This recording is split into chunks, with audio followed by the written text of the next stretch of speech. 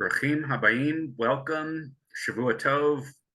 Welcome to what we hope will be a good and safe week for everyone.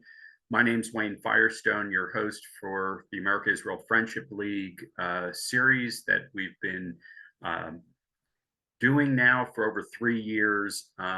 We have seen some unpredicted moments. We have been on air when there have been missile sirens. We've been on the air when our panel participants are scrambling to get into a shelter for safety.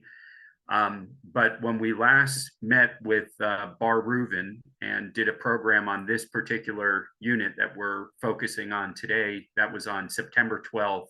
The program was called Service with a Smile. And I look back on that and I was reflecting on the heroism and the focus of Bar and his colleagues on that panel that day, who shared really heroic stories about what it means to be a first responder. And now here we are in January, and it feels like we have an entire new frame of reference, an entire new set of facts on the ground, which we're going to explore today, and hopefully in a meaningful way for all of you that have joined with us here on Sunday. I want to begin as I always do.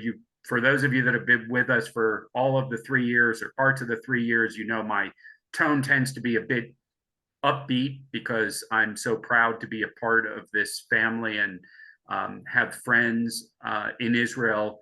But I've had to tone that down a little bit. I think we all have. This has been an unprecedented moment. But I do want to begin by framing this one step broader than the current war that we're in, with an opportunity for community building around the day-to-day roles that first responders play. And so if there's someone that you in your life who you could mention them by name, you can mention them by a specific incident that you want to acknowledge or thank for being a first responder that has impacted on your life, whether it's for you, a family member, or a friend. If you could just stick something in the chat to share that. We have people calling in today from, as usual, all over Costa Rica, Ramat Gan, our friend Carlo, who's now in Colorado, where I'm at for this program today, Washington Heights, New York. We're grateful to our loyal audience, our new audience members, people who are finding out about what we're doing, people in Israel, someone, Eileen from Renana, where we've done some great programs over time. But in particular, as we think about the role that first responders play at any time, they're meaningful in our lives, whether it's a fire or a medical incident.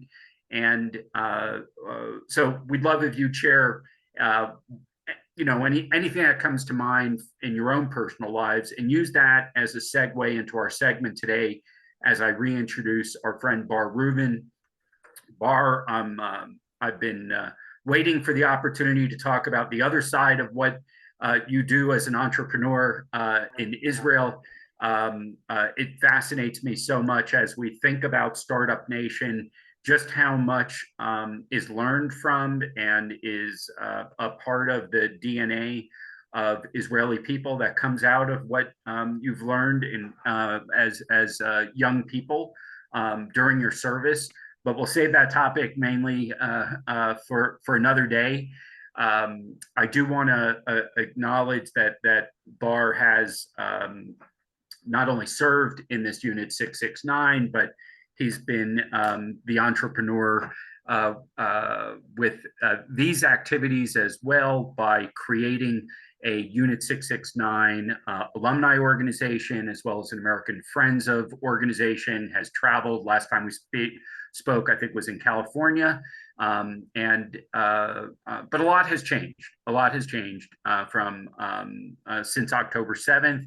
We'll be speaking with someone who was a first responder on October 7th and really have a perspective that I think everyone on this call can appreciate an insider's perspective.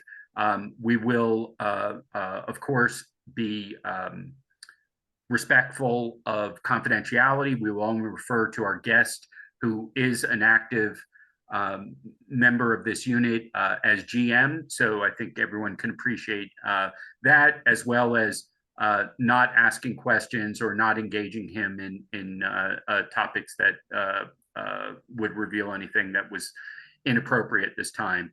So thanks again for everyone being here. Bar,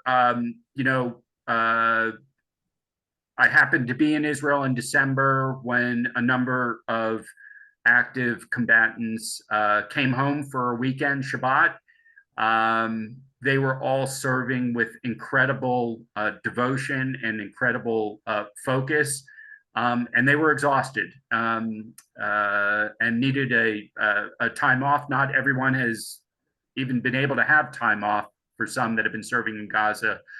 Tell us a little bit about this moment for you before we jump into the unit itself and what it has been like for you and your alumni association, the people you work with, who have literally had to, on a dime, change your lives, your locations, your focus, and maybe even the smile on your face that some of your activities were used to before October 7th. Thank you so much, Wayne, for the opportunity and for the introduction. And it's the second time that we are engaging together to the same cause, and I appreciate it. It's an honor to speak with you today. I'm currently now in Tel Aviv, and some of you might heard me in September talking about the first few slides that I'm going to share with you. So I'm sorry for those who I'm going to repeat it for them. But as we prepare this webinar, we discuss it, and we decided that it's better to give some context and to repeat again about the unit itself and about the background, so it will help you to understand the rest of the webinar. So before we dive into the unit, my personal story, my connection, and the organization that support the unit soldiers, I'll just answer your question, Wayne. I'm a father. I'm married to Dana, that is a nurse in AIFL hospital in Tel Aviv, and I have a daughter called Emmy, and she's young. She's almost 2 years old. On October 7th, my wife was in a night shift in the hospital, and I was awake with Emmy at 6:15, 6:20 or something like that. We heard a siren out of nowhere. And the first thing, it was like, what's going on? Because we know it was Saturday, holiday, out of nowhere, Tel Aviv. Doesn't happen a lot, maybe a few times a year. There was another siren and another one and another one, and I right away turned on the radio to make sure that it's what I'm hearing. And of course, that they inform in the radio that there is a siren in Tel Aviv, and you need to get into the bomb shelters. But the problem is that we live in an old house in Tel Aviv, meaning that we don't have a bomb shelter. And the only thing you can basically do is to go next to, you're supposed to go to the stairways and to put your arms above your head and maybe to lay down and protect yourself. But it's one thing when you do it for yourself, and it's another thing when you have almost 2-year-old baby need to be protected by you and in this situation.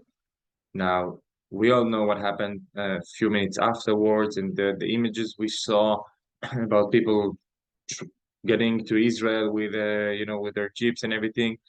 And since then, I had an opportunity to speak in some places in the States about the situation, about the unit.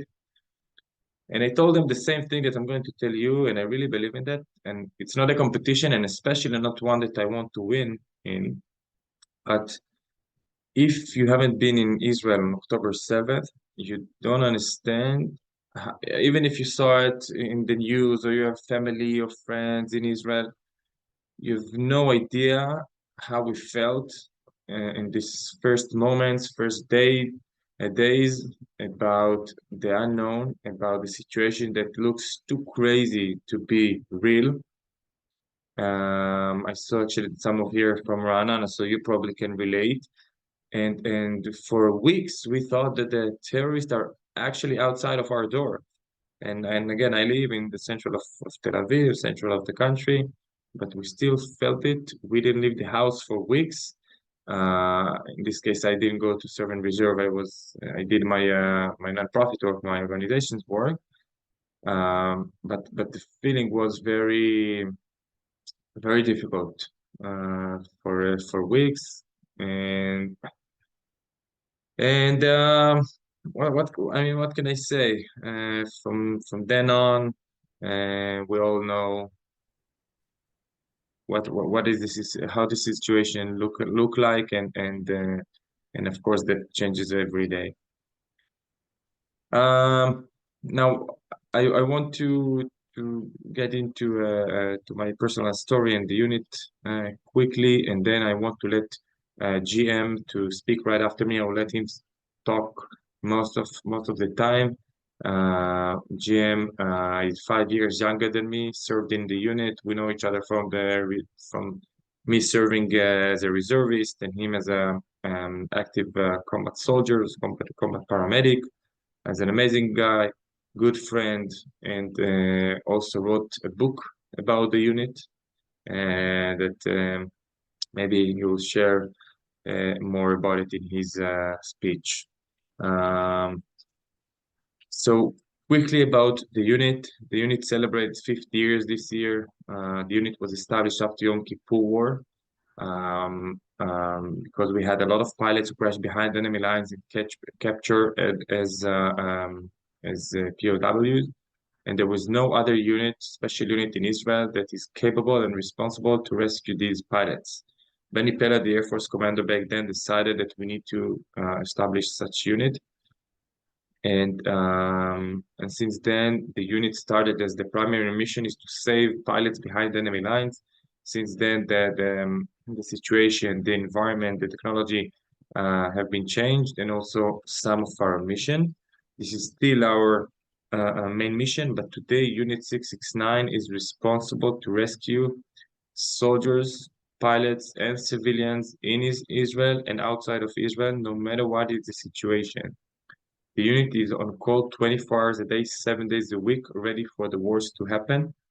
And the situations and the rescue missions we're getting into are very different. By the way, by definition, a special unit means that there is no other unit that is capable to do the same job as this unit. And Unit 669 is one of the 4 elite special units in the IDF, along with the Israeli Navy SEALs, Sayeret 13, the General Commando, Sayeret Matkal, and Shaldag, which is the Air Force Commando in our sister unit. So, as I said, from any scenario, today we have 3 teams ready for call in different parts of Israel that are responsible to the north, south, and complicated situations. Our teams will most of the time use helicopters, either Black Hawks or Sikorskis, as you see here.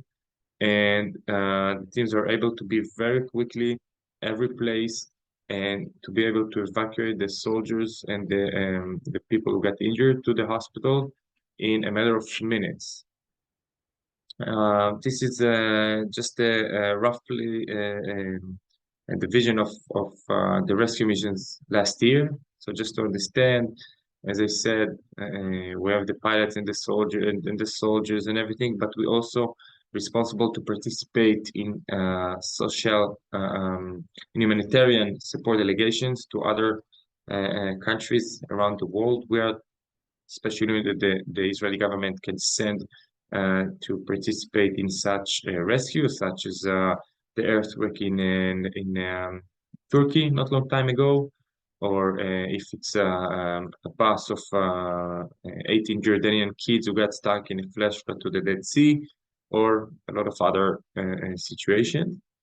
And besides that, we are also operating inside the borders of Israel, sometimes to rescue and to risk our lives to save others that are not Jews and sometimes not Israelis, from Sudanese who try to cross the border from Egypt to Israel and get shot from the Egyptian side, and we take them to Israeli hospitals, or to Syrians who run to defense because of their civil war, and they know that we will treat them and rescue them, or Palestinian civilians that are inside the borders of Israel and getting injured in different scenarios.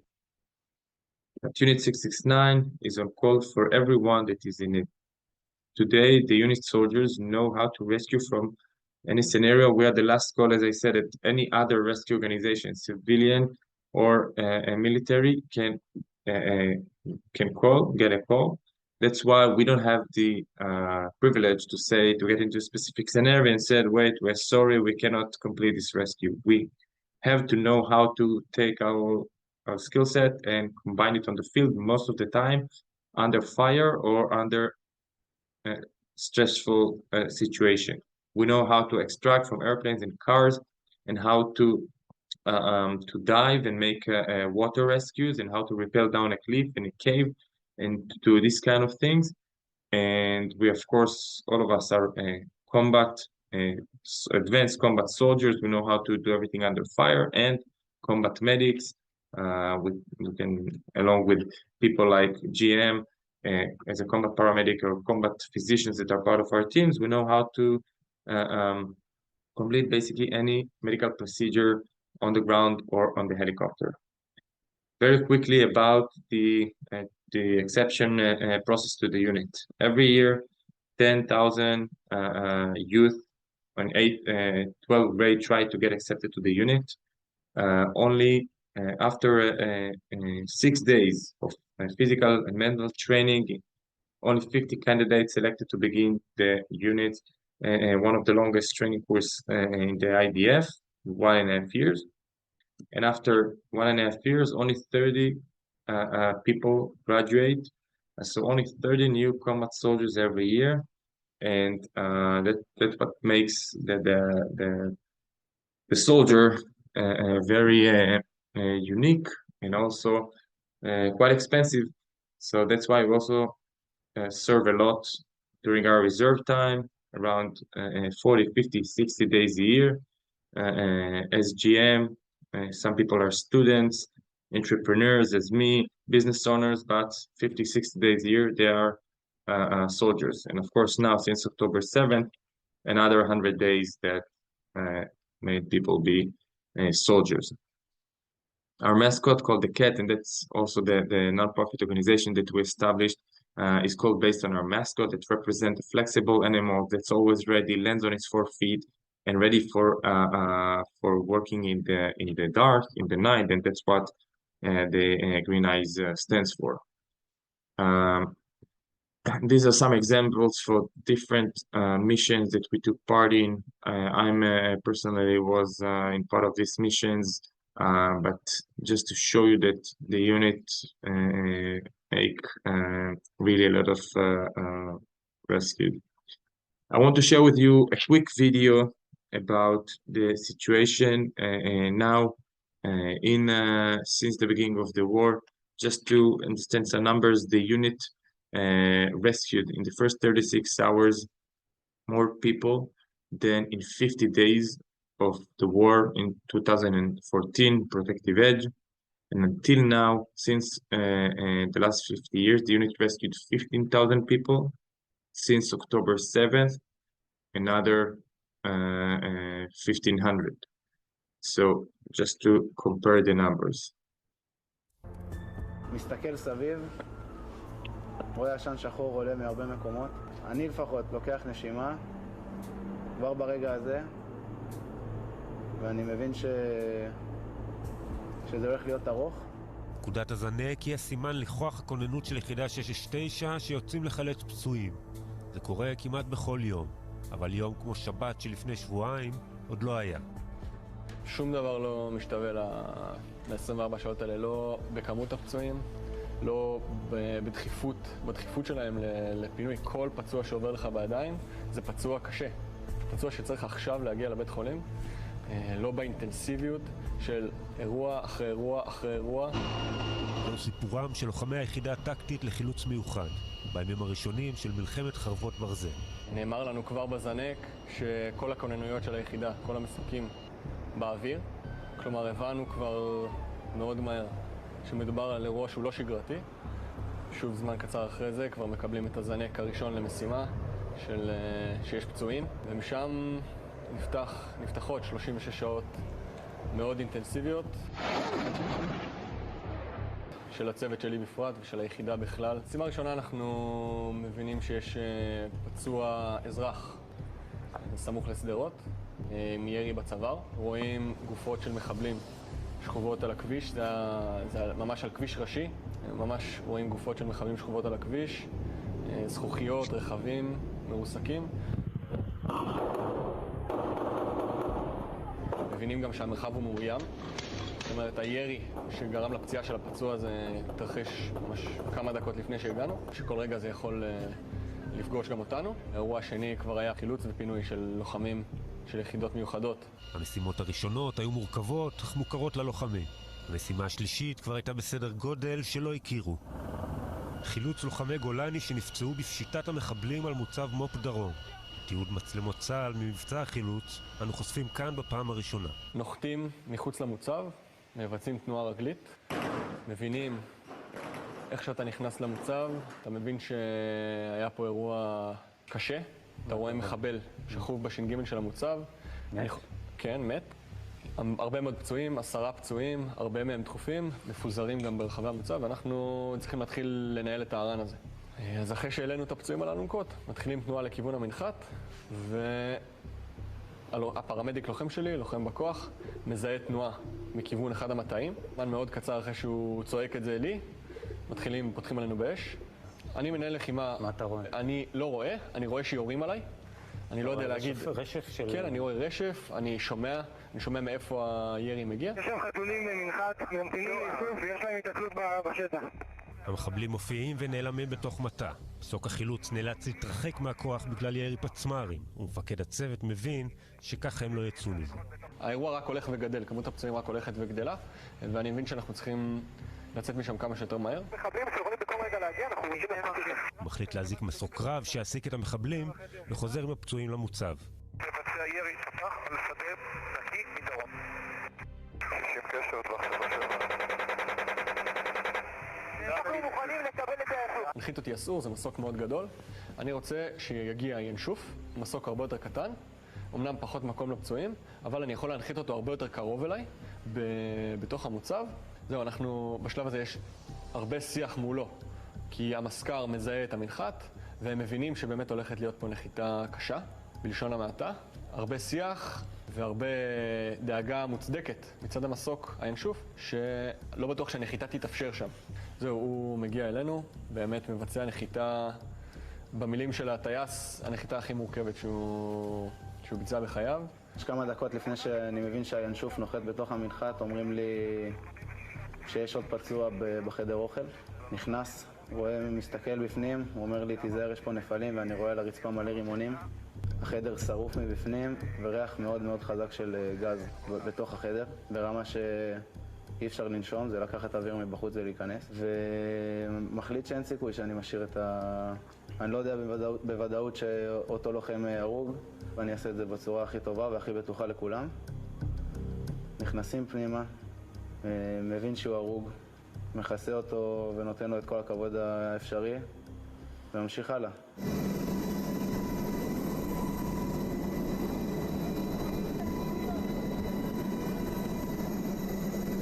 מבצע החילוץ של לוחמי גולני הסתיים בהצלחה. גם כל שאר החילוצים של היחידה במהלך הלחימה. היחידה שיודעת להביא את מה שאנחנו יודעים להביא, ואין לנו אופציה להיחשב. אבל מדובר ביחידה קטנה, ומול כמות האירועים הבלתי נתפסת, קשה שלא לחשוב על כל אלו שלא יכלו להגיע אליהם לוחמי יחידת החילוץ 669. עשינו כל מה שיכלנו. בחיים לא חשבתי שאני אגיע לכזאת רמת אינטנסיביות, ואני גאה במה שעשיתי, אבל נשבר לי הלב על מה שלא יכלתי לעשות.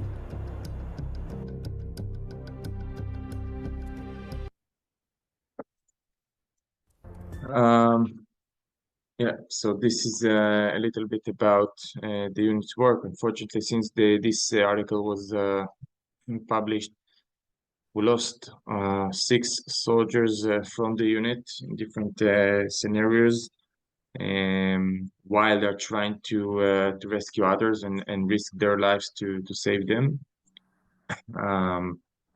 We lost 6 that served in our unit and during this time, but also another 5 who served with other units, but grew up in our unit. So this war is very, for good and bad, impactful for our unit until now. Another very important part was that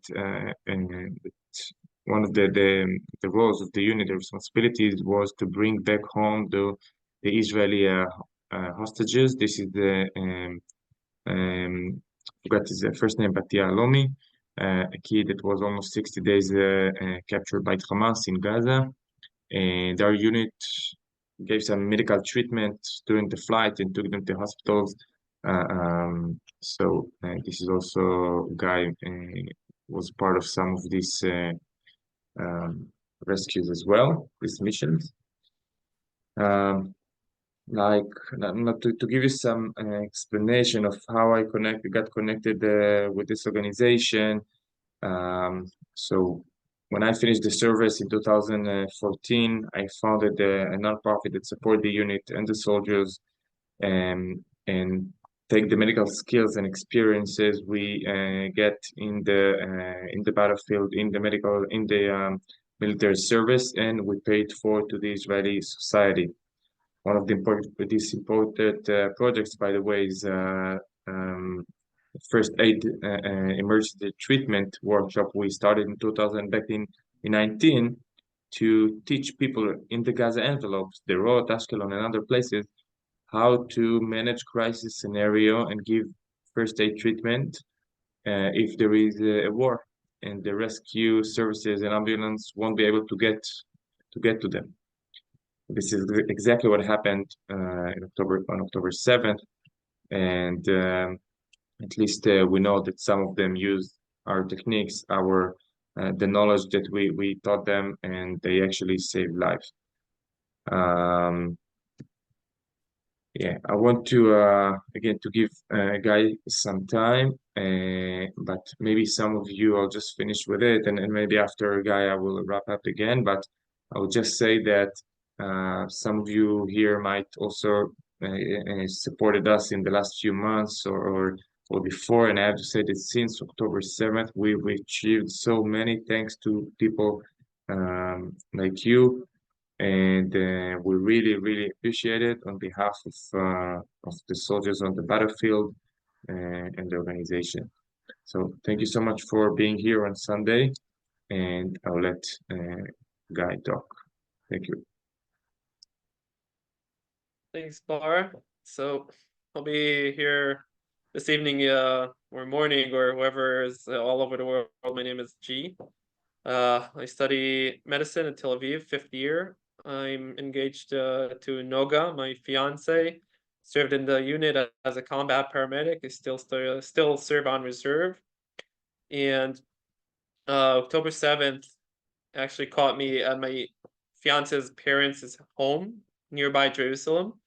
I woke up in the morning, her mother knocked on our door, and which never happened before. And then the first thing that happened, that Noga, with my fiance, which serves as a senior commander in the paratrooper brigade, she's the only woman in the army that does that position, jumped into a uniform. Before I opened my eyes, she was already in a uniform in the car on her way to the paratroopers base where she serves.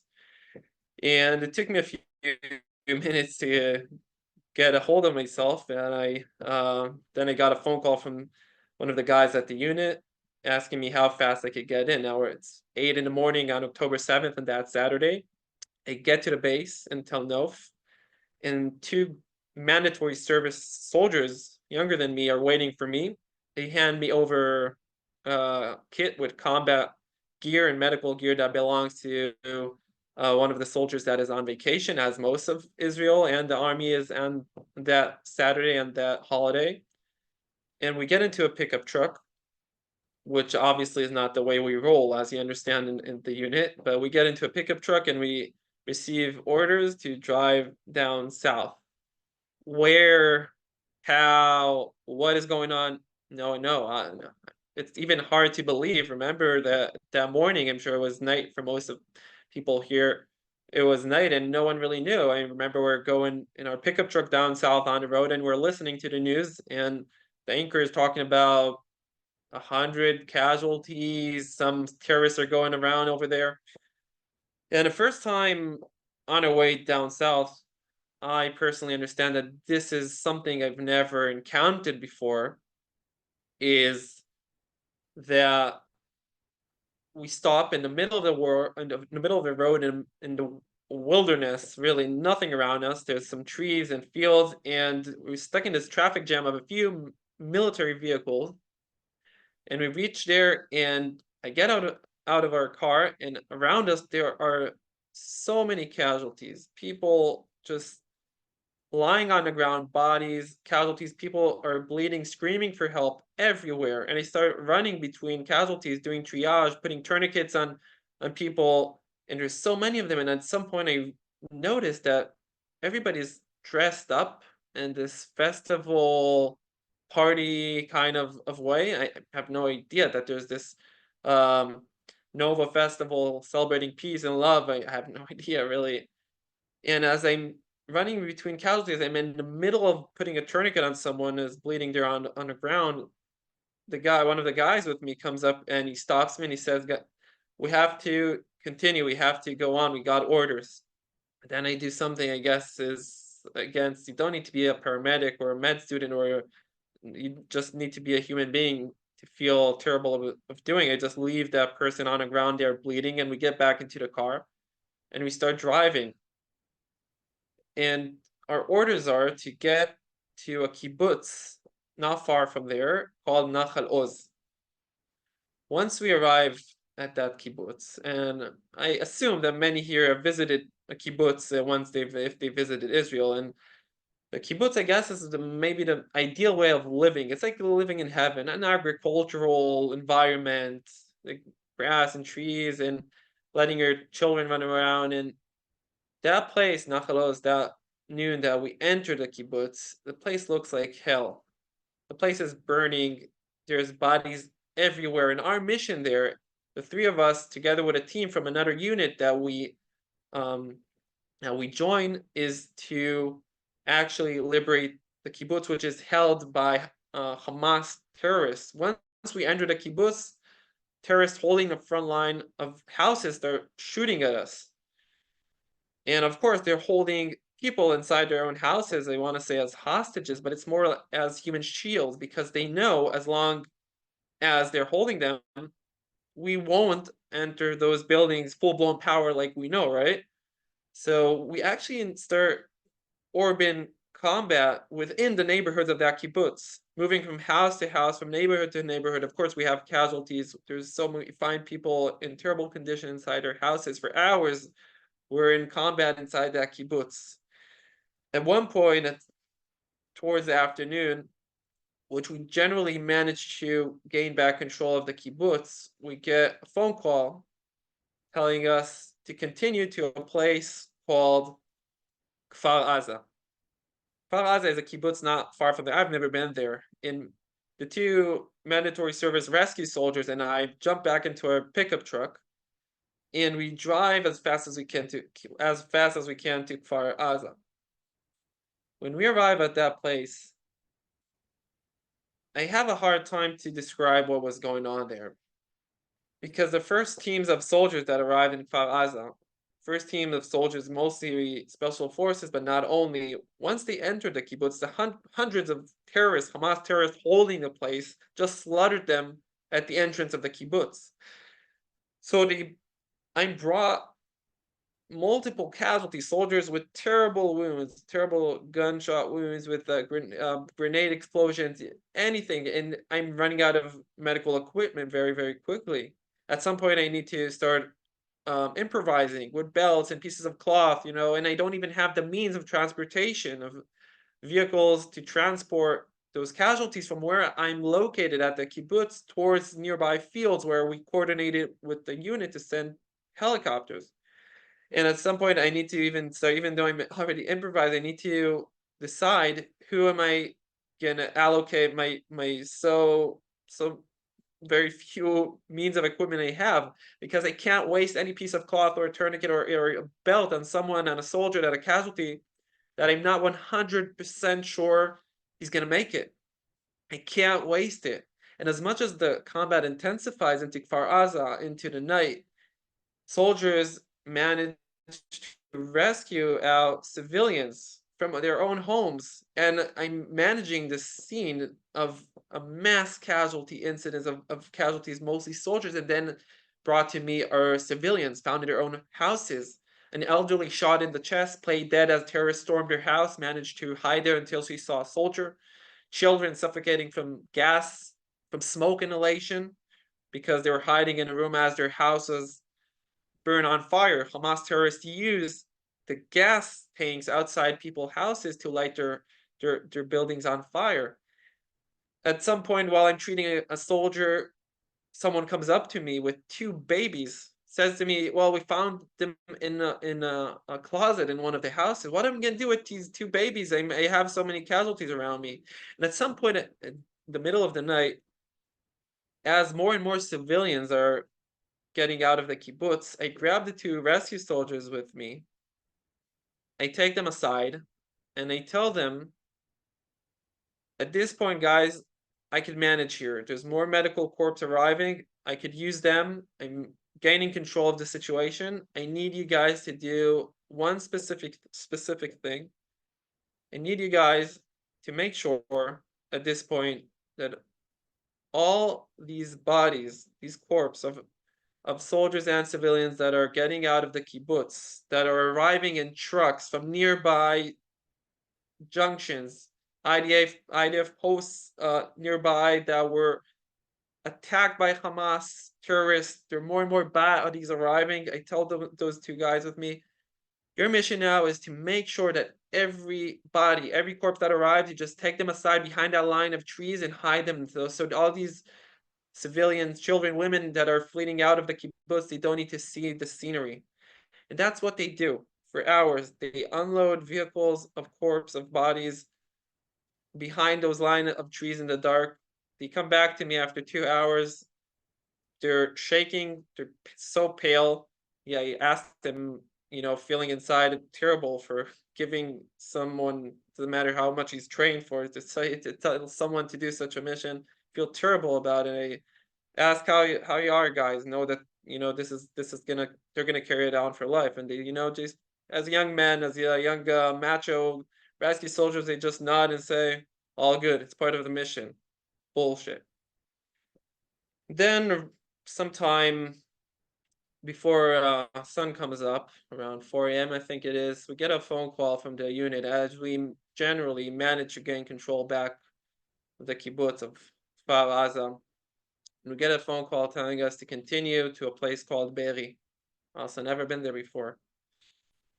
And as we arrive to Be'eri, our mission is, as we join into another unit and use their armed vehicles, we enter in and out of the kibbutz in an attempt to rescue wounded civilians, elderlies that are just stuck in their own houses. They can't make it out. And we travel through the kibbutz, look for signs of life. We have, intel telling us that there might be people in different places around the kibbutz. As we drive the roads inside place, we are shot by terrorists holding buildings inside the kibbutz. But we don't stop. Our mission isn't to engage in combat with those terrorists. It's only to look for casualties that we could save. And as we do that in and out of the kibbutz, at some point, as nature is, the sun comes up, unveiling, revealing the horrors the Hamas terrorists have conducted in those yet almost 24 hours of attack.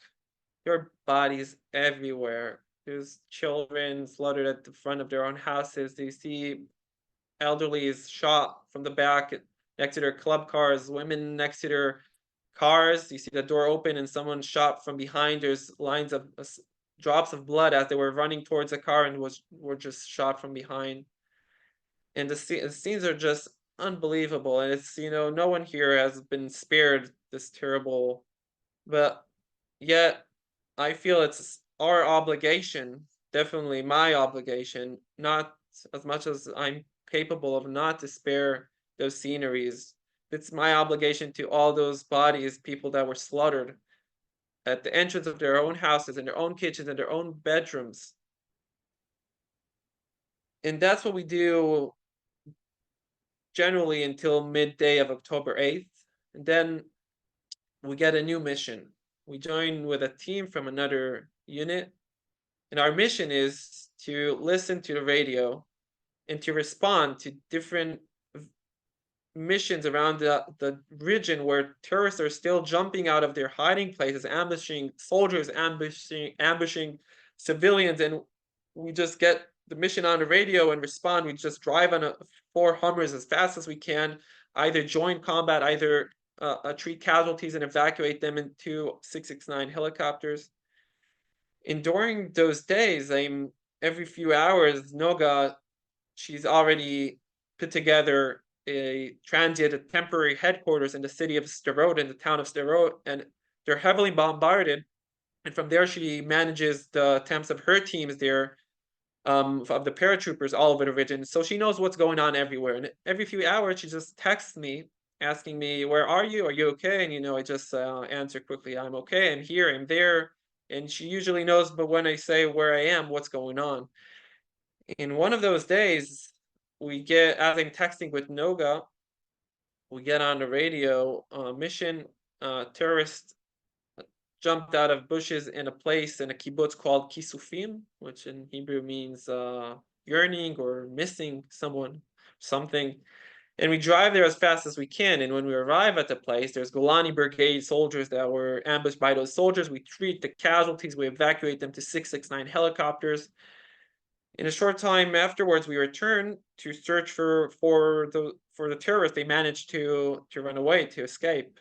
And for hours, we look for those terrorists around the kibbutz. And at some point, they managed to ambush us. 7 of our guys are shot. 2 of them are critically injured. They start treating them on the ground there. And we load them to the Hummers. We start driving towards one of the nearby fields where we coordinate while we're driving with the unit to send a helicopter. And when we arrive at the field, we're waiting for the helicopter to arrive.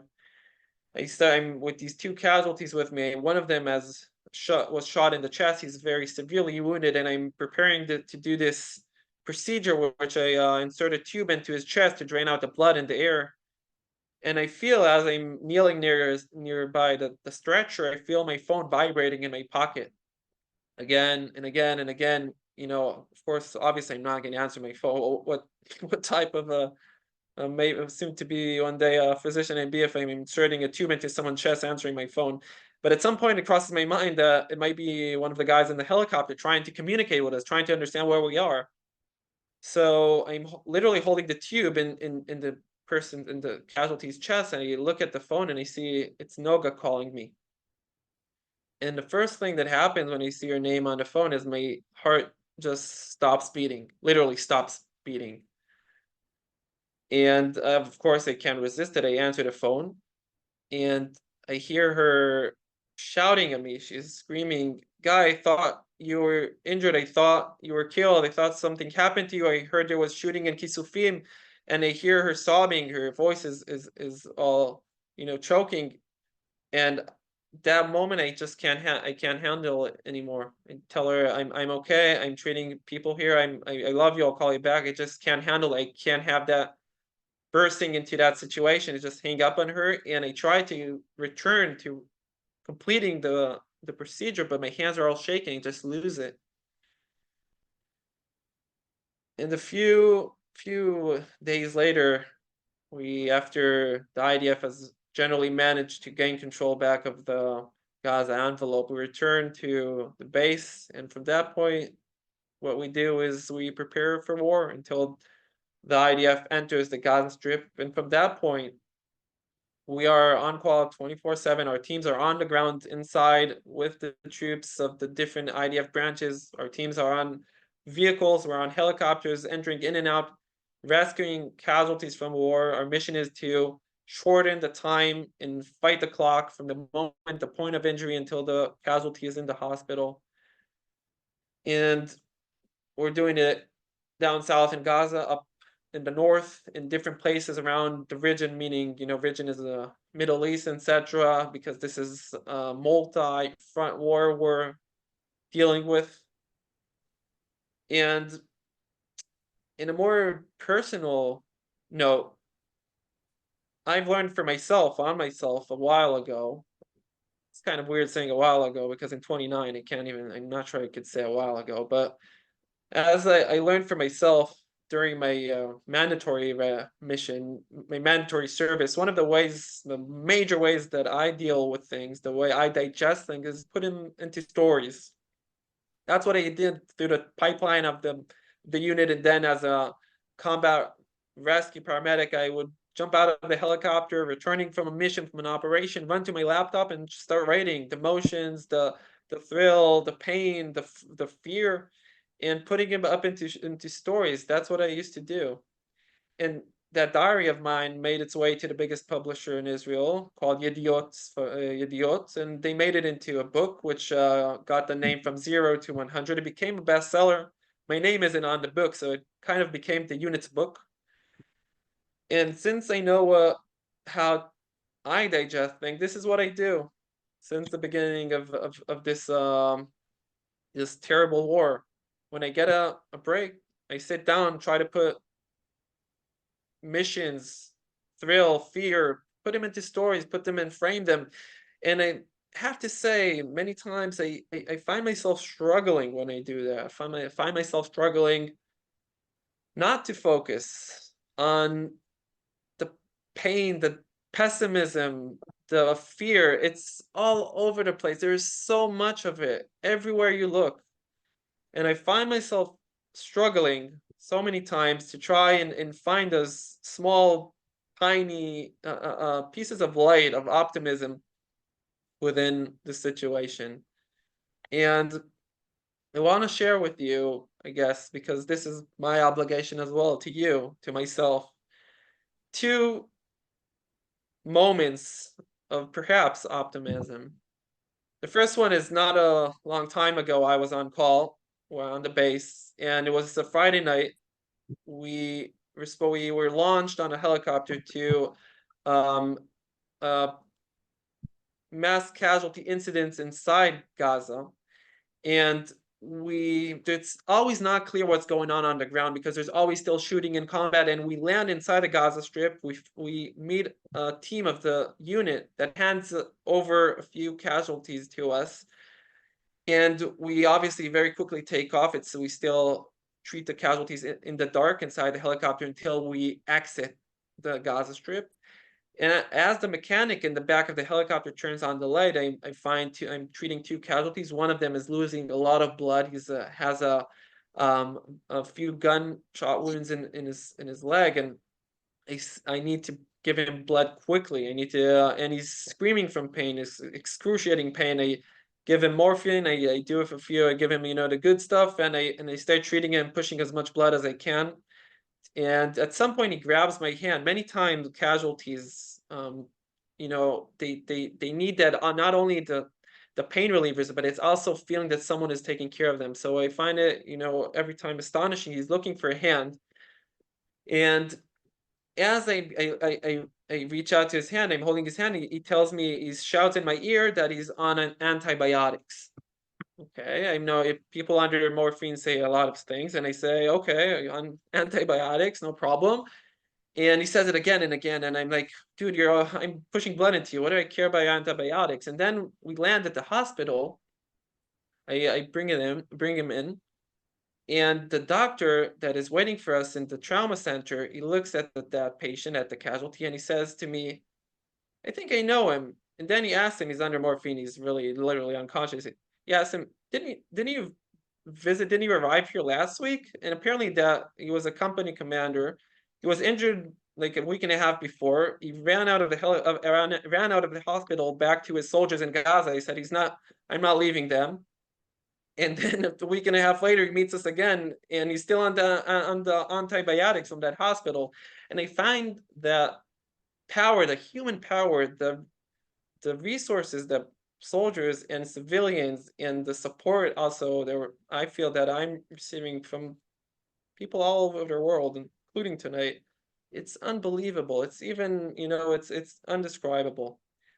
And the second moment of optimism, which I promised, and a more personal notice, this is my last, literally, I hope, last day on reserve for the nearby while. I'm getting married on this upcoming Thursday at 7:30 in the evening nearby Tel Aviv with Noga. So as a friend told me, Judaism already has all the answer. Well, so you can't cancel or postpone a wedding, even if you're sitting a shiva or and you're mourning someone. So no one gives you a choice. You just have no choice but to get married. Even though it's war, even though friends won't come, even though we lost friends, Noga and I, from our units. So at some points, I guess we have the answers where we've already been given them. So thank you for being here tonight, for listening, Bar. Thank you for hosting, Wayne. And Gee, I just want to share, because both to you and Bar, the love and appreciation and recognition of what you shared with us about your own personal connections and life-changing moments from October 7th. I really are resonating with everyone in your candidness. G, thanks for agreeing to be on camera, even if we only get to see half of your face. We understand why, to protect your own security. And the fact that you spent this time with us, I recall when we were preparing for the episode, you were buying your suit for your wedding. So I hope your suit is ready for you, and we'll certainly with Noga have a wonderful celebration with people around. I want to ask you both. We only have a short time for questions, but I did want to ask you a little bit about the mood and the morale. You both shared very candidly that you've lost friends, you've lost fellow members of this unit who, during their actual service, as well as serving in other units, as well as Bar explained up front. And you are serving with people, including yourself, G, who have experienced trauma, who have watched trauma around you. What is the morale like in the unit? And G, we'll start with you, and Bar, maybe you can take over and talk about the alumni and reservists who have been in and out as well. So G also, I just have start. to jump out, and then I'll give Bar the stage. As the combat continues and the IDF is moving from stage to stage, so the commanders of the unit kind of found himself in a very weird position. The people on reserve just don't want to go back home, in a way that they actually needed to come up to the doctors and paramedics and reserves. Some of them have children, and say, guys, it will be okay. If there's going to be a need, we will call you. I am actually, as I said, I'm literally shocked to see people with 5 children, a career, they're deputy managers of hospitals, and they just say, as long as there are people, as long as there are casualties on the ground that need us, I don't want to go home. I don't care the money. I don't care. My wife believes she backups me. And sometimes, I'm 29, so it's hard for me to understand how, people under sometimes 50s and 60s, we have reservers on the unit. So it's literally a problem that the commanders of the unit met, that people came up to and said, well, there's still combat. I'm not going anywhere. Stop paying me. Stop putting on reserve. I'm still here. So in that attitude, I just have to jump off. And Bar and Wayne, thank you so much. And Am Yisrael Chai. Yisrael Chai and Mazel Tov on your upcoming wedding. We will all be there dancing with you in one form or another. We are sending you our love to you and Noga, and with great appreciation, both from the chat, but really from the depth of our hearts for the service you're doing for Israel and Am Yisrael. Thank you. Thank you, Jim. So to complete the answer, one of the things that we're dealing with, especially as the organization that support the unit and the veterans, is the PTSD that people have, or the potential and exposure to have a PTSD, to suffer from PTSD. The nature of our work is to, and that's why G called this name this way, from 0 to 100, because this is the transition, the aggressive transition you make from doing nothing and waiting that the siren will turn on, and to be on the field.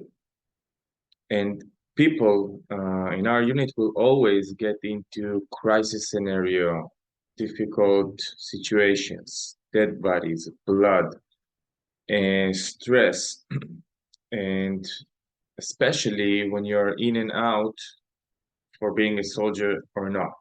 I mean, as a combat active soldier, it's one thing, but as a reservist, that you come for a week in a row to be as an on-call squad, and you might get 0 calls, might get 5 or 10.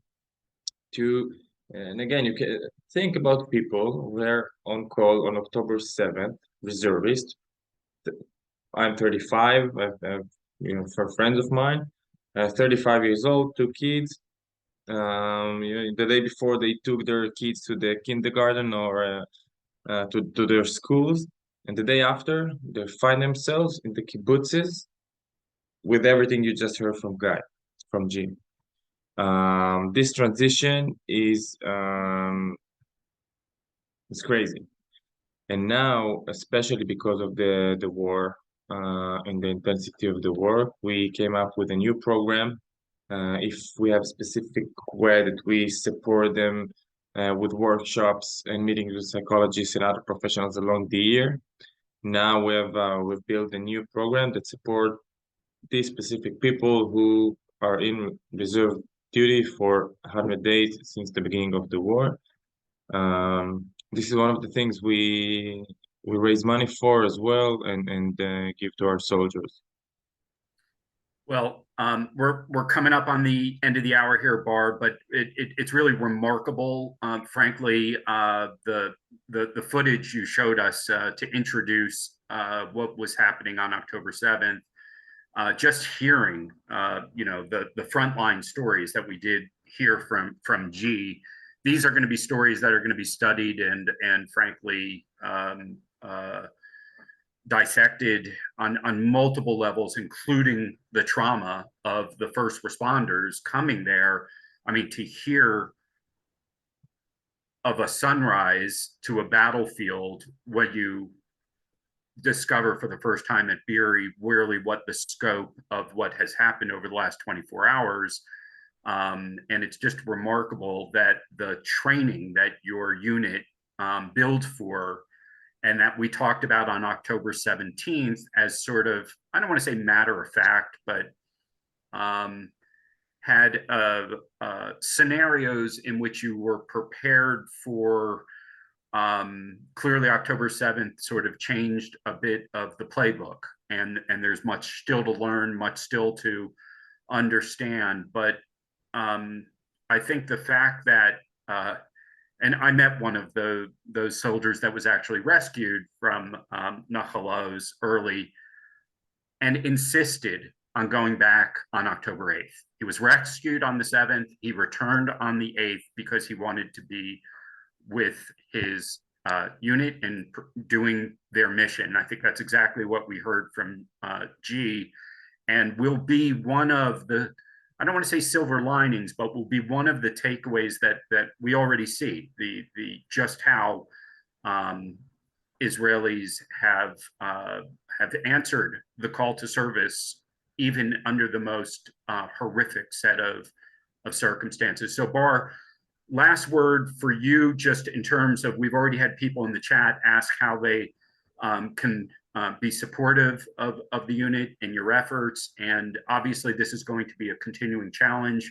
The PTSD issues are really maybe some of them have been put to the side because the soldiers haven't returned home, haven't returned to their lives. They've been disrupted and interrupted. We want to make sure people that really understand the depth of this story and the depth of the work that you're doing is continues to be supported. So thank you so much, and this is one of the reasons we do this kind of events and webinars, is to educate people and expose another angle of very special unit, that it's people are risking their lives on a daily basis to save lives, basically, and to create awareness to the unit and to the needs and to intensity of the work. And I send you on the chat our website if you want to. All the information basically is there, how you can support, how you can communicate to us directly. I also share my email address, and if you want to speak with me, so you can send me an email. And also Wayne and the team is going to send you a summary email for this webinar with some more information and another video article about the unit and its activity about on the war. So I also suggest you to watch it. And we will appreciate every support from a small one to big one, and we're very creative in the way that we can accept different ideas of how to support. So, Bar, thanks so much for organizing this and for today. Give a big hug to your 2-year-old daughter and your wife, and dance with joy at G's upcoming Simcha. We'll be dancing with you, thinking about you all, and look forward. We'll send you a photo. That sounds great. We look forward to doing more episodes with you and sharing the importance of your work going forward. For everyone in our audience, thanks for being with us and meeting these remarkable individuals. I think it's fair to say that we're all proud of, and that will fill our hearts with both hope and, as G said, optimism from even in these dark days of what our young people are learning from their service and how they are lifting themselves up for this very challenging moment. Next week's episode will sort of continue with that theme, but looking at an even younger demographic in Israel, Israeli high school students as part of a youth movement. Our good friend Dr. Yossi Vardi is introducing us to a group involved in creating a network of youth movement in underprivileged communities in Israel. It's called Anya Banya. It includes lots of different immigrant communities, but it is not focused on a single community. It's actually an attempt to speak to Am Yisrael, the full of Israeli society, and integrating people in high school who themselves have brothers, sisters, cousins, loved ones who are in service now. We're going to look at how that plays out in the teens and young people in Israel who are going through this now, coming to school, arriving in school with the kind of also trauma and fear and anxiety, and how they are responding to this as part of their youth movement. So come back with us next Sunday, January 28th. Everyone, Shavua Tov, have a safe week. להתראות.